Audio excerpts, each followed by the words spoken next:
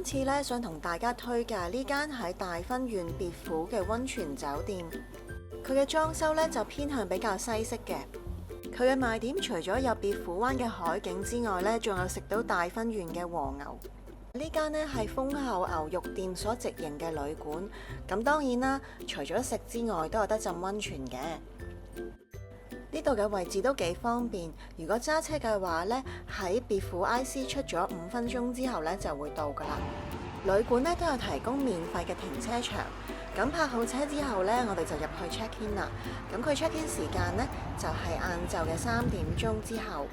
呢度嘅員工呢都好熱情啊，而且呢都可以用英文溝通，佢哋都有好詳細咁同我哋介紹呢度嘅設施。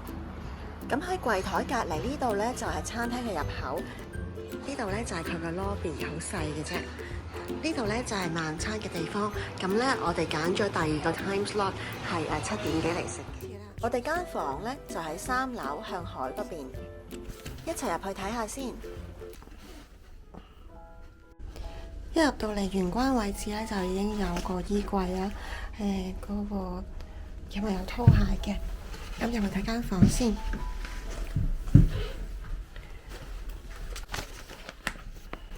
呢個廁所，咁咧個浴室咧，佢呢個就係 shower 嚟嘅，因為如果你浸浴嘅話咧，下面咧就有大浴場嘅。咁呢個洗手間咧就有都係 standard 啦，不過好大其實算。跟住咧就我哋揀咗西式嘅，咁就有2張床啦，都幾大嘅。跟住呢邊係電視機，咁有2張凳休息下，睇下風景啦。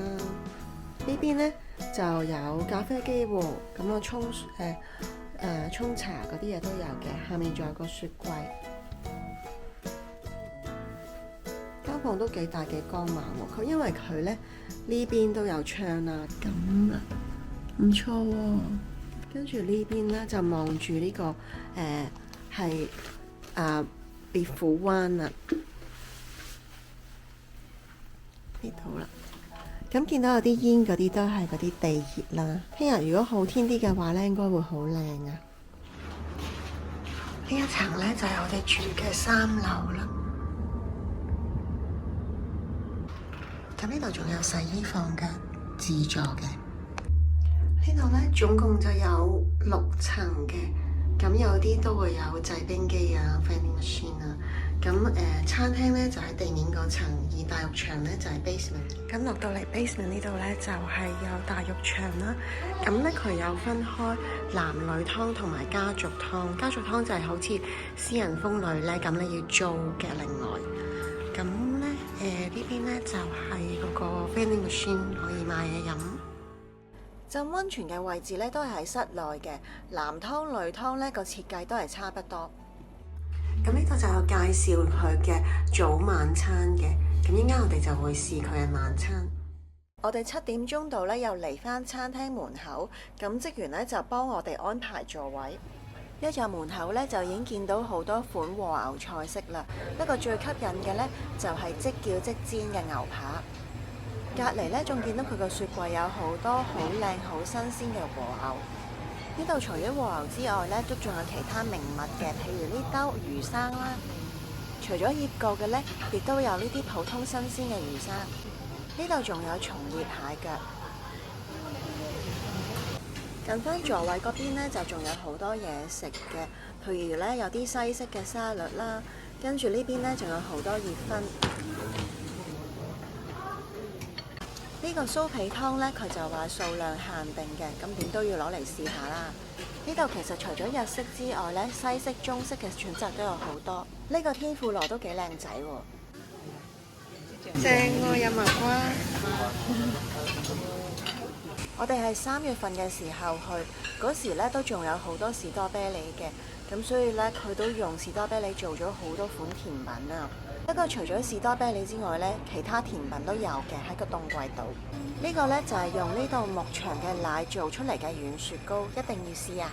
想健康啲嘅話呢，都可以試下呢個野菜汁。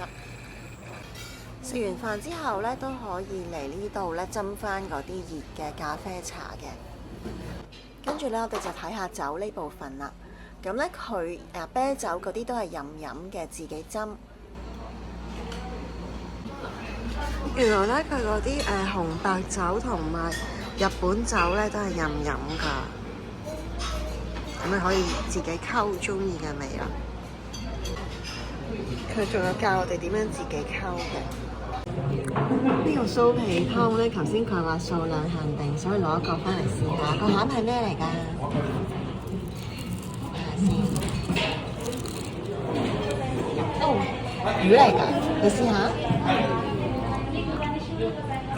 粥味嘅。OK， 好唔好味啊？幾好啊，好腍啊！呢件都係和牛嚟㗎，隔離呢個咧就係大分縣名物唔知咩魚，咁刺身啦都好新鮮啊！跟住生果咧仲有蜜瓜，超級甜。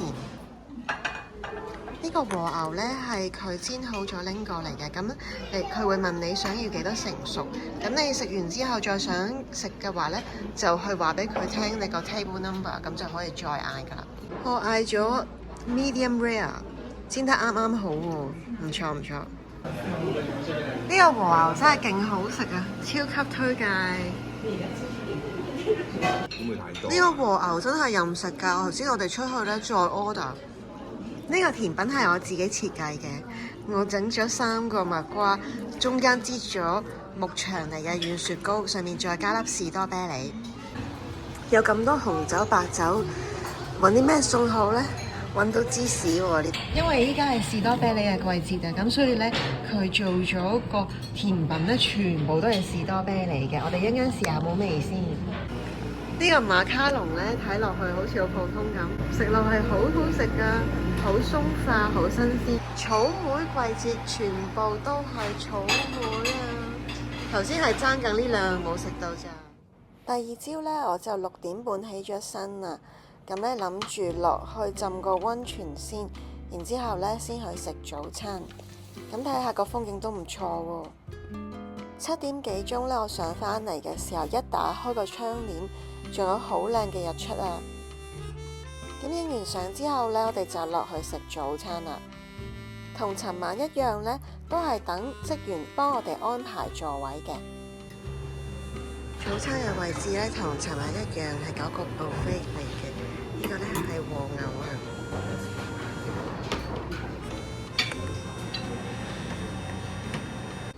首先咧嚟睇下日式早餐，咁一樣啦，都有麵豉湯嗰啲嘢。呢邊咧仲有啲中式同西式嘅早餐。呢區咧就有啲日式嘅熱食，有煎魚啊、炸雞嗰啲。麵包嘅種類咧都算幾多喎。呢邊咧仲有谷麥片同埋有啲果汁啊、牛奶，跟住咧就有好多生果嘅，所以咧都方便自己溝乳酪嘅。呢度咧仲有新鮮嘅沙律菜，隔離咧就有啲蛋啊、豆腐、咁白飯任裝啦，仲有尋晚見到個醃魚生同埋其他漬物。呢邊呢個果汁同埋雪糕咧，尋晚都見過㗎啦。特別介紹咧，呢幾款蔬菜汁都好好飲啊！不過平時早餐呢，我都唔係食好多嘢，所以就樣樣試少少啦。呢個燒賣都幾特別。甜品方面呢，都有好多蛋糕仔揀嘅，不過呢，我最期待呢，就係呢個焦糖布甸啊，好好味㗎。另外一個番薯蛋糕仔同埋執跟呢個朱古力麵包布甸，我都覺得幾好食。總括嚟講呢，呢度嘅膳食都令人好滿意。我哋俾咗43,000 yen 呢，就已經包咗2個人嘅膳食㗎啦。咁 check out 嘅時間呢，就係10點鐘。我哋喺度住咗一晚，都幾滿意嘅。尤其是嗰個和牛啊，後尾上網睇呢，原來佢呢個和牛係出名㗎，係有認證嘅和牛。呢間酒店都好新淨，員工嘅服務都好好。